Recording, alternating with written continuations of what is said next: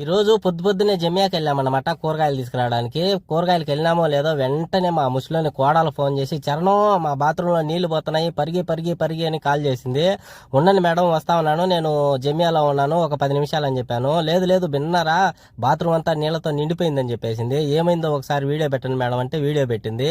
వాళ్ళ బాత్రూంలో ఉండే కుళాయికి పగిలిపోయిందనమాట. ఆ కుళాయికి కొత్త తెచ్చి బిగియమన్నారు. సరేలే మేడం నేను తీసుకొస్తానని చెప్పేసి జమియాకి వెళ్ళేసి తీసుకొని వచ్చినాను. కొత్తది వచ్చేసి 9.5 దినార్ పడింది. మన ఇండియా డబ్బులు ఎంత అవుతుందో కామెంట్ రూపంలో తెలియజేయండి. సో నా పని కాదు ఇది, బయట నుంచి పని చేసేదానికి వచ్చినారనుకో ప్లంబర్ పని, ఖచ్చితంగా 10 దినార్లు తీసుకుంటారు. నేనైతే ఫ్రీగా చేయమని చెప్పినారు. ఇది బిగియడానికి నాకు దగ్గర ఒక 20 నిమిషాలు పట్టిందనమాట. లోపల డై పోయింది, అది తీసి మళ్ళా కొత్తది వేసినాడు అనమాట. ఇక్కడ నా పని డ్రైవర్ పని మాత్రమేను. ఆ పనితో పాటు ఎక్కడన్నా లైట్లు పోయినా, తలుపులు పోయినా, ఇలా కుళాయిలు పోయినా అన్ని పనులు చేపిస్తారు నా దగ్గర. సో ఫ్రెండ్స్, నా వీడియో కానీ నచ్చినట్లయితే లైక్, సబ్స్క్రైబ్. సో మొత్తం మీద బిగిచ్చేసినాడు అనమాట. బిగిచ్చేసిన తర్వాత చెక్ చేసినా అన్ని ఓకే, నీళ్లు కూడా ఎక్కడ లీకేజ్ లేదు.